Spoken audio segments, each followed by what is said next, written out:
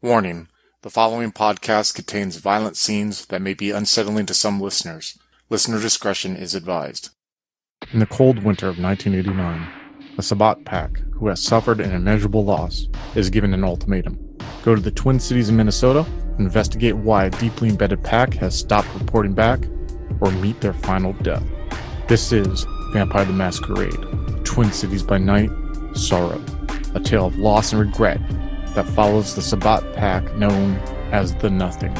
Join us with Becca playing Linda, a Milcavian anti-tribute, Craig playing Jake, a Pander, Jorian playing Abigail, a Ravenos anti-tribute, Monica playing Jenny, a Shamizi, and Slavic playing Charlie, a Bruja anti-tribute, and Chris as the storyteller. If you'd like to contact us, you can find us on Twitter at twin_cities_BTM or on Facebook and Discord as Twin Cities by Night. We hope you enjoy.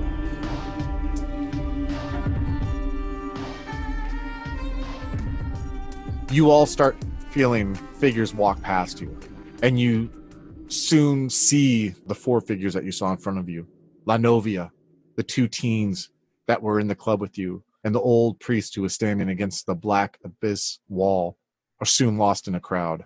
And you see more people than you can count are in front of you. And they all seem to turn and look at you. Jenny, you are still trying to struggle, especially seeing all these pale faces, these ashen faces, these faces that you are trying to connect with emotionally by staring at them with your eyes and making that desperate plea of help me, almost trying to push through your mind to theirs. And you're realizing that you're hitting a brick wall when it comes to empathy. You see in front of you people start stepping aside, almost as if they are trying to make a path. And you see a figure walking from the end of the path. She looks almost to share the same shape as this La Novia figure. But as she gets closer, you realize it is not the same person, or more like the same thing. She has a long robe on, and you tried to distinguish the color, and the color seems to change, maybe. It looks fleshy. But then when you look at it from a certain angle, it almost looks crimson. Or it might even have a bile-like tinge to it. It seems to almost radiate or pulse with colors. You look up to her face, and what you thought at first was hair, maybe, you realize is long strips of skin that were peeled from the top of her head, or probably down from her back, that lay on the sides of her head, almost as if they are supposed to be a cruel facade of hair. This figure looks down at you, and you can see the top of her head. You can see her skull exposed with the thin coating of human fluids, of blood. Almost looks as if new flesh is trying to grow there, but it can't. It has that same color, the same look as your kids' knees when they would skin them while riding their bikes, freshly skinned. Her eyes are looking at you intensely, and you see she has no eyelids. She's just staring at you. And you are feeling connected to her at this moment. It almost feels like for seconds just you and her. But then you start noticing commotion going on to the left and right of this path. There's figures who are trying to push through these others to get close to her. You see that the arms are reaching out. It's almost like she's like a celebrity of sorts. There's others who are caught off guard. They're not expecting this almost mini wave of figures trying to get to her. One breaks through and almost trips and falls in this path in front of her while she's walking towards you. And you see he looks up, and you're trying to make out this figure, and he has spiky blonde hair, and you see he has this leather jacket on. And he takes off his jacket, he takes off his shirt, and you see this pale back, and you see him looking up to her, trying to take almost like a piece of her robe. He's trying to grasp it, and his hands are slipping off of it. She looks down at him, and you see him slowly start shaking, and he nods. You didn't see any communication. You just see him nod to her, and he looks up to her. Slowly, his hand starts going to his chest, and you can't quite make out because you can't see his hands. You just see his hands go to the side, and they go to his chest, and you see them pull back. As it comes across, you see his skin is being peeled off his chest with his own hands. And he falls down, and his forehead is on the ground, and his hands are still out. Gently, he places one of the flaps of his skin onto the robe. It almost merges together. The other end is almost tucking, like you can't hold on to it. And you hear the screaming start coming from him, and you see his flesh start sliding off his back, and you hear this moist sound, and it almost tearing, and you hear him screaming in an agonizing scream, and you see his skin start going up on this robe, and you realize that this robe is flesh, and you realize it's still alive. You see blood veins coming across it, and you still see it pulsating. And then you see his figure, guys, down on his forehead, slowly get back up, and you see the tendons, and you see this blood, but it's not like he's bleeding like you would expect. And you see him slowly like stand up, and he turns at the crowd. His chest is completely removed of all skin, and you see him laughing, and he's like screaming at the air, and he starts hooting, and he jumps back into the crowd, and you just hear this cheer come up from certain individuals in the crowd. You see others looking like, what the fuck, that are in this crowd. And you see her slowly start making her way, walking. A robe dragging on the ground. That flesh from that figure is still making its way up under the robe. And she stops in front of you. She looks at you. What's going on in your head right now, Jenny? Oh, Jenny's coming down from her drugs.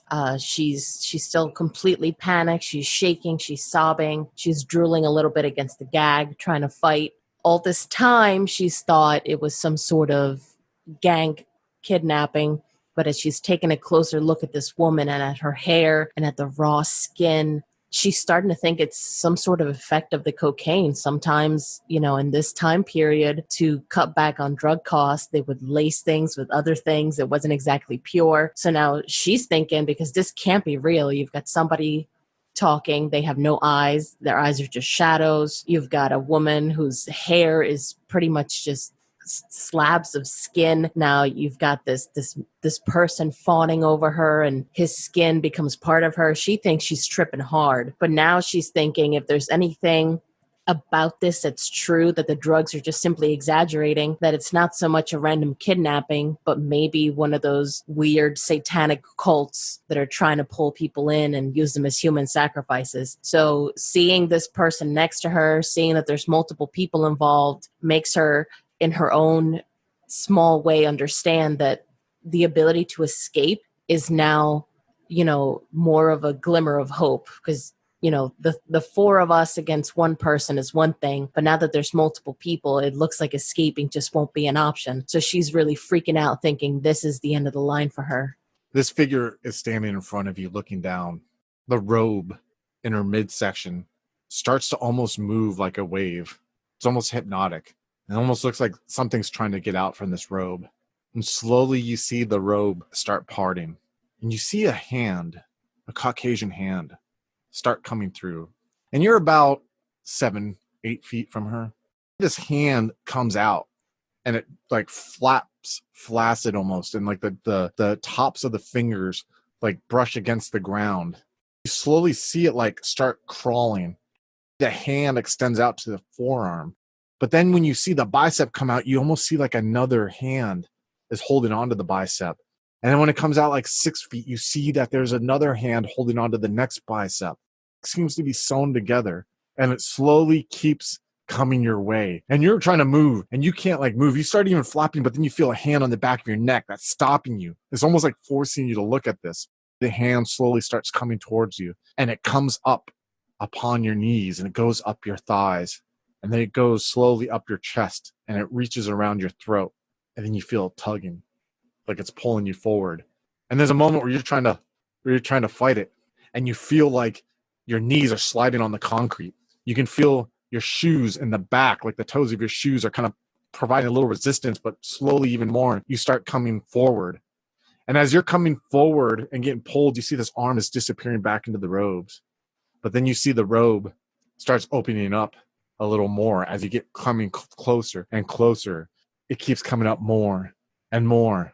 And then eventually when you get to about 2 feet away, it stops. And you see this figure looking down at you. And she goes on one knee in front of you. And she lifts you up with both shoulders. And you feel her strength as she lifts you up because you're still hogtied in the back. And she eventually puts her face towards your neck. And at first you feel this fear, but then soon you're overwashed with this calmness. It's almost like all the anxiety, all the fear, all the thoughts of your body, all the thoughts of what is going on in front of you right now, all the thoughts of getting your next fix, all the thoughts of life, all the thoughts of motherhood, all disappear. And you're hit with this warm wave of pleasure. To say that is orgasmic would be an injustice because you've never felt like this with any lover.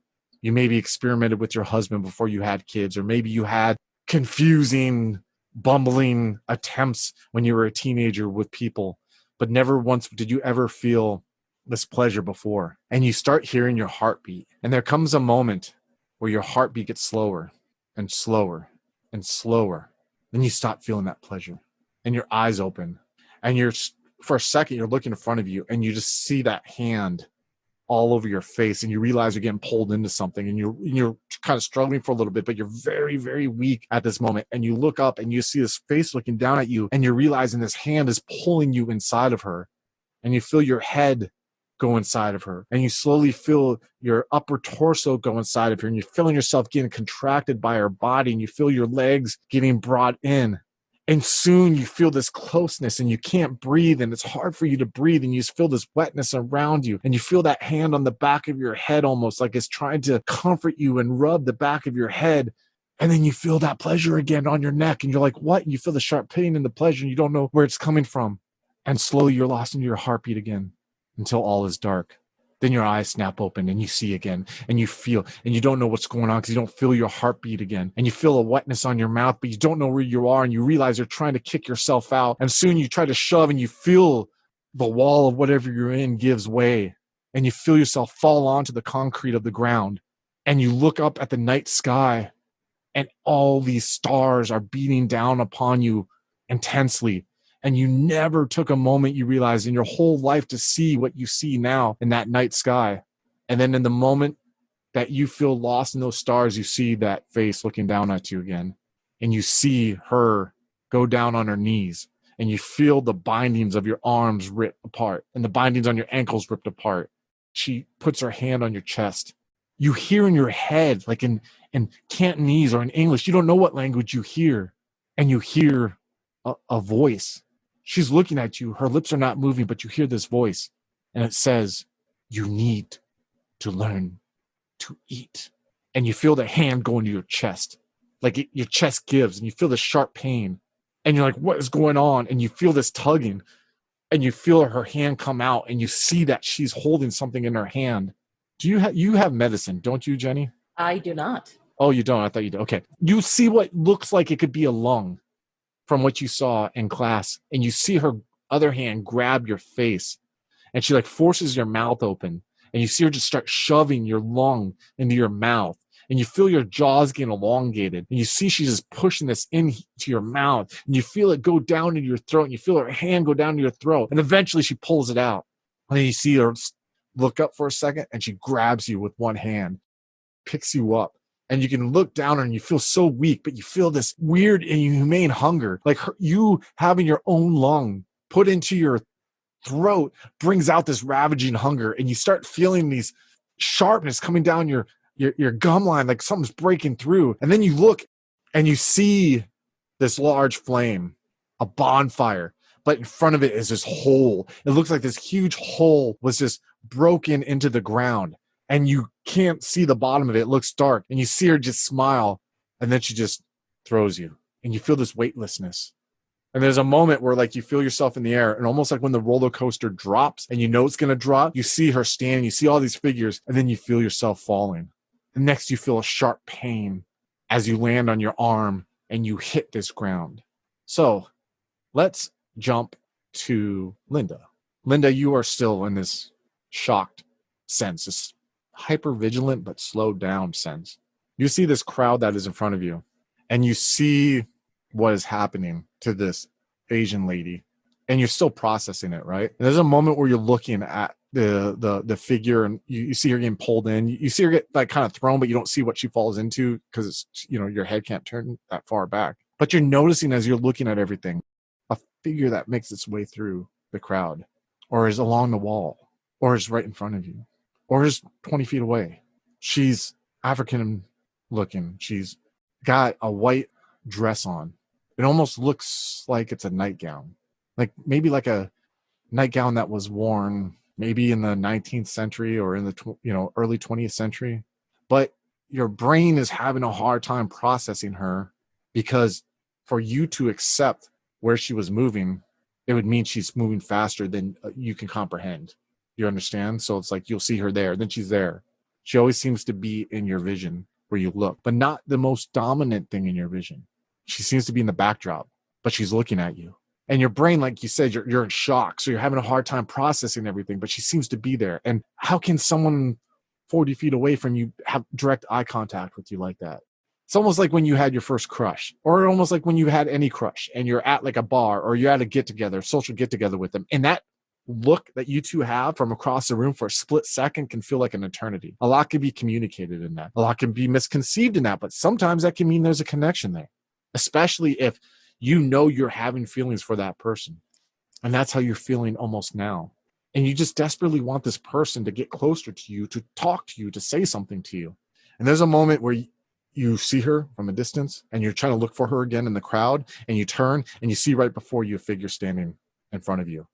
And this is not that lady. This is a man who's wearing blue jeans. He's wearing cowboy boots. You look up, you see that he has a corduroy jacket on. And underneath that corduroy jacket, he has a plaid flannel that's tucked into it. He has almost like a reddish, blondish hair that goes down to the middle of his back. And he has glasses on, and he's looking down at you. He has no emotion right now when he looks down at you. He's just staring. Slowly, he starts taking off his jacket. And it's weird because these people, you hear noise, right? You hear people talking, you hear all this stuff, but you see people are giving him the respect to be alone with you in a weird way. Like there's a bubble around him, like a 5-foot bubble where people aren't converging on. He takes off his corduroy jacket and he straightens out the arms. He folds it and he folds it again, and he sets it down next to his feet. He untucks his shirt and he starts unbuttoning his shirt. You see he takes it off, does the same thing, folds it neatly, puts it on top, takes off his cowboy boots, sets them right next to there. He takes off his socks and rolls them neatly and puts them in his boots. He slowly undoes his belt buckle and he slowly takes his jeans off. And there's a moment where you have that instinctual fear that every woman has in this world when you see a figure like this. When you're looking at him and he's looking at you, you realize, you're like, this is not sexual right now. You see how he folds the clothes, his pants, and he puts them on top of there. He's completely naked now, but he kneels down in front of you.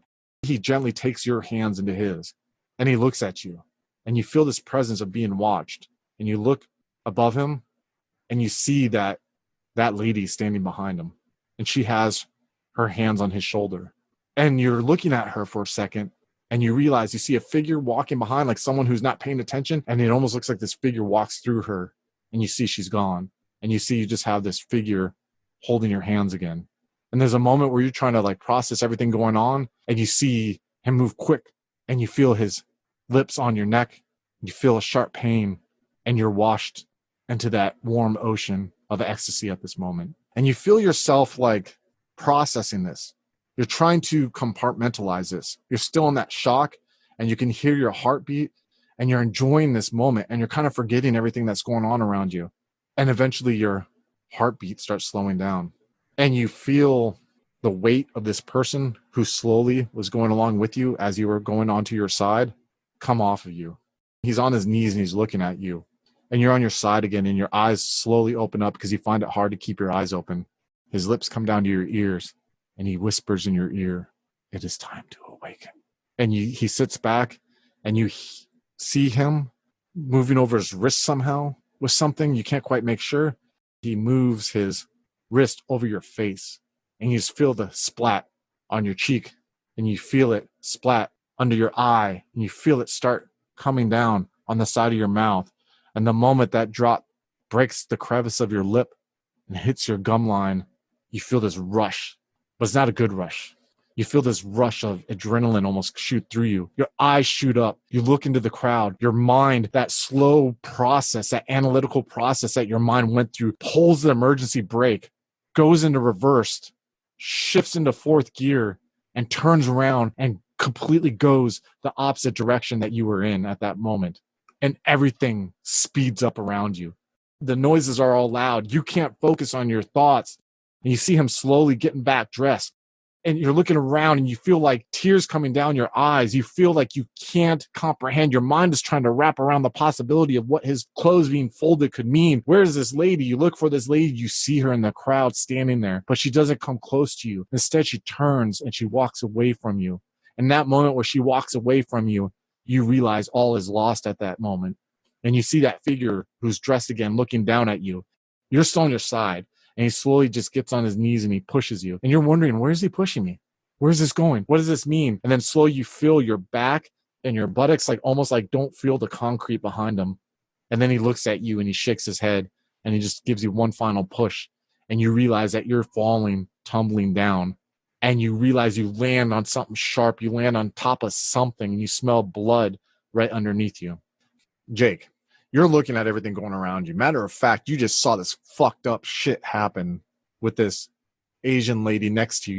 Is your mind even able to comprehend the insanity that you saw? Like this crazy lady of the skin stuff. Like, are you able to even rationalize it at this moment, or is your mind like snapped, or what is going on with you? I think not. I think the only way he can sort of justify it is like that's some weird like death cult with some sort of John Carpenter fetish or something. And I think he's just being incredibly selfish right now, thinking like, whatever it is, I hope they just kill me quick because I could not bear to have any of that stuff done to me, or it's just fucking with him at this like very primal level. You're seeing all this, and then you hear this whistling that's usually used by people to get someone's attention. And you see this figure that was in the Ramones shirt, wearing the jean jacket with this thick beard and black hair. And he's looking down at you. And you remember him from the bar. And he's just like got this really arrogant, cocky smile. And he's wearing these sunglasses. You see him just take the sunglasses off. And he almost like folds the sunglasses and puts them in his Ramones t-shirt. And he like squats down on his haunches and he's looking at you. And he's like, so you ain't no fucking knight now, right? Being all chivalrous. You ain't feeling so fucking brave now, are you, guy? And you just got this rag in your mouth. I think at this point, Jake's probably from the smells and like everything he sees, he probably is almost choking on vomit because like with the alcohol he had before, like probably a blow or two to the head. Like he wants to vomit, but he can't. So he's like, it comes up and then he's like almost forced to swallow it or also choke. You see the figure grabs the rag out of your mouth and pulls it out. And you hear all this talking behind you. It's like, almost like a party. You hear all this talking. He's coming up to you. He's like, hey, you want to get out of here? You want to get out of here, guy? Yeah. Stick with me, buddy. You see me, buddy? You really want to get the fuck out of here, huh? Here, I'll help you get out of here. Just tell me. Just ask me, please. Say, please, can you get me out of here? Just tell me that. Come on, guy. Come on, spit it out. Spit it out. Please. Yeah, let me just go. I can't hear you. I just hear you sound like a little fucking baby. Come on. Speak like you got some balls. You just want to go? Just let me go. I won't tell anyone. You won't tell anyone? Okay. All right. Well, here. I'm going to get you the fuck out of here, okay? I promise you. You're going to leave this place, okay? You're going to get out of here, all right? Life will go on, okay? You're sticking with me, buddy? And he's like, okay. And he turns around, he's like, you're a really pathetic piece of shit. You fucking know that? Why don't you grow some fucking balls, guy?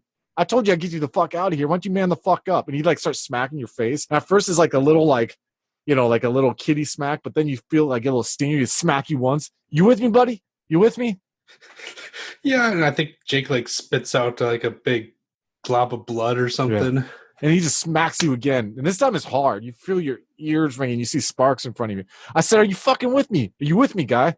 I think Jake's just looking because like the last one just really sprung him, and he's just like trying to wait for there to be only two of him or something.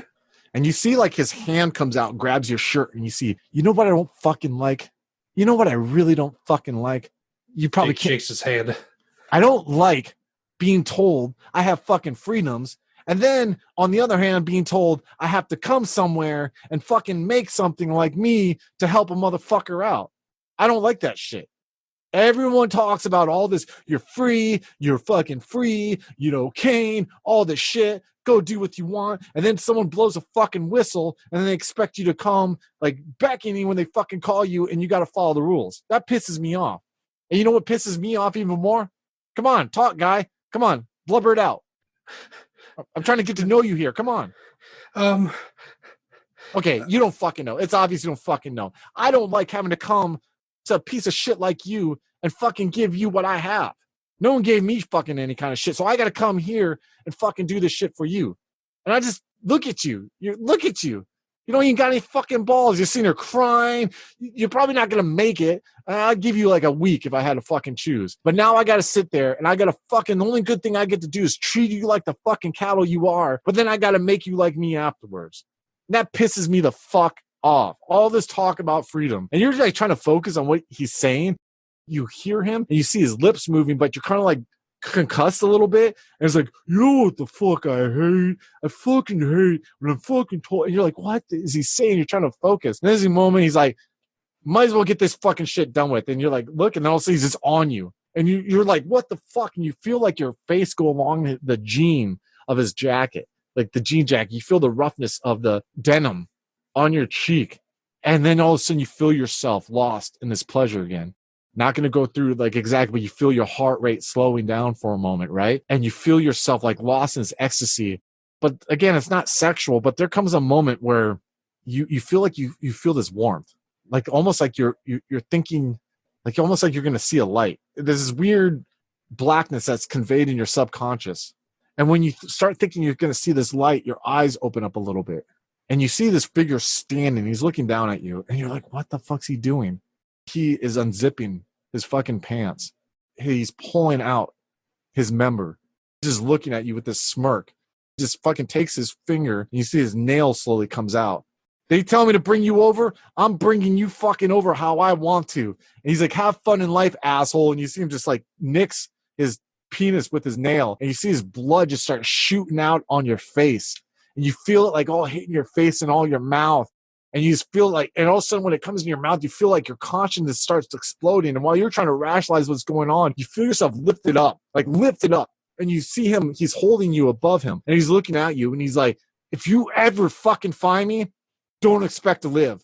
You're not fucking part of me. And you just feel this feeling of him tossing you and you feel yourself going. And as you're trying to grasp onto anything, you feel yourself falling and you feel yourself hitting the bottom of this pit. Abigail. Poor Abigail. You're seeing all this stuff happening around you. What is going on in that mind of yours right now? After seeing all this shit, you're like seeing madness. It's insanity. It's hell. It's hell embodied. What is going on in your mind? In her mind, she is both hearing her friend Sam, who didn't join the trip, still going like, it's the worst idea ever. We're not going there. You shouldn't go there. While at the same time thinking that maybe she has already died and has possibly landed in hell, because this cannot be. It can't. It's not rational. The shit that you're witnessing right now, I mean, you can't see the pit behind you, but you could very clearly see the heavy makeout session that happened with the girl next to you. Well, not makeup, but that weird naked guy. You saw I guess what's going to be known for reverse birth from now on. You saw what happened to this Asian lady next to you. You swore you just saw a guy peeing on someone or doing whatever like that, but it looked like blood. And then you see all this like commotion and all these people in front of you. You saw a lady open up a nun's outfit called La Novia who had this weird chest that looked like a demon dude with horns on it laughing on there. It's like, it's insanity. It's hell. And just when you think that it couldn't get any stranger, you look in front of you. And you see another path being parted. Another, like, people are showing reverence to whomever is at the other end of this path. Is that a boy? You see a boy, a Mexican boy, a Hispanic boy, walking forward, and he's wearing a priest outfit too? Like, what? What are you seeing right now? And you see him come walking forward. Behind him is that priest who was speaking before, that nun who looks like a normal nun, but you're seeing her face. Her face almost looks like unreal, too smooth, pale. She's smiling and she has like black, pointy shark teeth. But you see this boy is walking slowly and he has his hands in front of him and he comes up to you and you're like on your knees. So you're about the same height right now. He's staring for a moment in your eyes. His skin looks, well, normally it would look caramel color or like a amber color. It looks a grayish color. Looks unhealthy. His hair looks like it may be like 4 inches on top. Like it's not styled, but it's just like laying on his head. And he says to you in English, he's like, I am sorry. I know this is madness, but this is your existence now. you have to understand things. And he sits Indian style in front of you, and you're kind of looking down on him. And he puts both of his hands on the side of your face, and he's like, you need to see. And when he says that, all of a sudden you hear this warping sound. Like it sounds like you think you're going to faint. You hear like the noise, like it shoots out, like all the noise starts being muffled. You feel like your sensory input from your eyes is changing. And you almost feel like you're in this globe. It's almost like a planetarium effect almost. Where you're like, what is this? And it's almost like magical in this weird way. But then you start realizing you see like what it is. It's these faces, and they look dead. And they're different faces. And you're looking around, you see like some have gashes in their throats that are open, that look pink and murdered. Some look like their eyes are rolled up in their head and they look pale. Some look drowned. Some look like they're screaming in fear. And you start looking up and you see that they're all around you. And you see this figure of this boy. He's just sitting there, Indian style, in front of you, looking at you. And he's looking at your reaction. And he's like, this is your curse. You will add to the multitude. Like I have added to the multitude, and like my sire before me started the multitude. For he had a vision, along with those who he called brothers and sisters. He had a vision, and you see all of a sudden behind him, the vision of the faces disappear, and they open up, and you see almost this cosmos like behind him. It looks like stars are circling and a black hole is spinning. You see cosmic dust and you see purples and bright colors. And while you're staring at that, all of a sudden you see like this scale, like underbelly of something comes across it. You can't see what it is, but you can feel this Leviathan feel.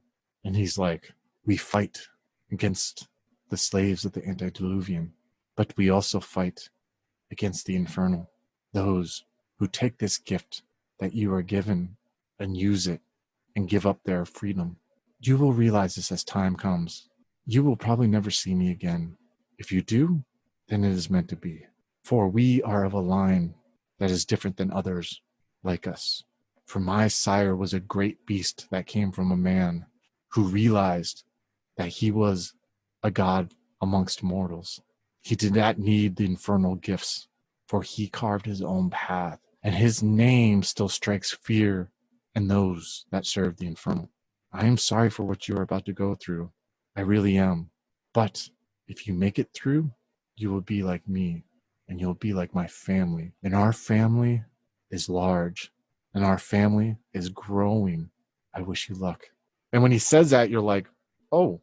You're like, I'm sure there's a moment where you're like, this is not as brutal as I thought it would be. And then all of a sudden, it's all gone, and you realize you're in the middle of this air, and you're like, what the fuck? And you're falling, and you feel yourself falling. You feel your hair coming up. Like you can look up and you see you're falling down this hole, and you see your hair, is like ahead of you. And as you're like, what the hell? And you realize what's going on, you turn, you twist, and you hit this cold concrete, and you feel forms underneath you. You all four are in one form or another on the bottom of this like pit. And you look up and you see the night sky, you see the stars, and you see the source of the fire. The fire is illuminating almost, and it brings out these figures that are standing around this large pit looking down at you. You see all these figures looking down at you. And then all of a sudden you hear this crackling laughter coming from some. You see forms are like in the air, silhouettes. And you hear screaming as figures are dropping on top of you. And you're like, what? And you see all these figures are coming down, getting thrown on top of you. An old man falls on one on top of you, and you can tell he's still alive. You just hear this as he like lands on one of you. You see crying children, you see mothers, you see like all these people that were probably just drug off the street or are now being just levied on top of you, almost like you being buried alive in people. And soon you start feeling this hunger, and you start smelling this iron smell in the air. And you start smelling this pain and this blood, and you hear this screaming and moaning and begging as you feel this compressed weight. You can't even see the sky anymore because you have all these bodies that are falling on top of you. And soon you feel your teeth come out, and you feel this feralness come out in you. And then you lose yourself for the first time to the beast as your fangs seeking randomly, as you're ripping apart faces, trying to find a source to release this hunger from you. You find your feet crushing people's faces along the wall as you're trying to climb out. You find yourself feeling no mercy at this moment. You feel sleek blood and bile. You feel intestines that are coming out of people's stomach as you're clawing through them, trying to get your way out. And then finally, as you think you break free almost, and you feel your hands coming out, you feel hands grabbing yours as you all start getting pulled out of this pit. Hello. If you're enjoying Vampire the Masquerade, Twin Seas by Night Sorrow, I would highly recommend our Ghouls Fatal Addiction story Servitude, which takes place 3 months before the events of Sorrow and is part of the Twin Seas by Night continuity.